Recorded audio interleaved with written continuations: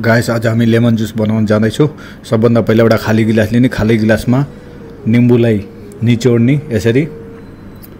ल हेर्नुस्, we are making lemon juice. First cut the lemon 2 pieces and clean the seeds.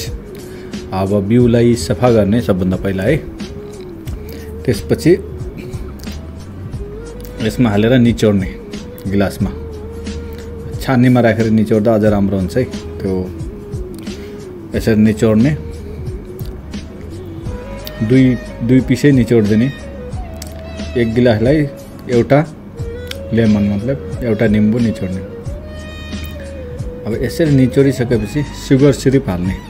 चिनीलाई उमालेर त्यो syrup बनाएको हुन्छ नि, चिनीको पानी, त्यो हालिदिने ठिक्क एक गिलासमा पुग्ने हिसाबले है।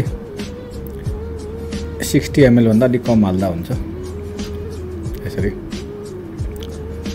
अनि त्यसपछि अलिकति नुन हाल्ने, 1 टीस्पून सानो चम्मचको। यो चम्मच हेर्नुहोस्, टीस्पूनको 1 टीस्पून भने सानो चम्मचको भन्दा 2 स्पुन हाले ठिकै हुन्छ। अब चिनी, नुन, निम्बुको झोल तिनटै भयो होइन। Salt, lemon and sugar syrup mix together. Then after put the cold water. अब यहाँ चिसो पानी हाल्ने यसमाथिबाट। लेमन जुस चाहिँ तयार हुन्छ। त्यसपछि भयो। अब यहाँ चिसो पानीको बोतल फ्रिजबाट निकालेर ल्याएको छ। अब चिसो पानीको बोतल यसमा हालेपछि यो तयार हुन्छ। अनि अब तपाईले अझ चिसो बनाउन आइस पनि हाल्न सक्नुहुन्छ है। Now ready lemon juice. Then after little mix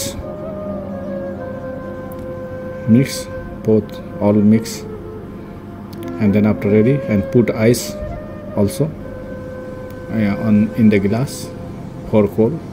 अब आइस मिसाएर दिन सक्नुहुन्छ। Lemon juice is now ready. Very simple lemon juice making ready for drink. अब पिउनको लागि तयार भइसकेको छ।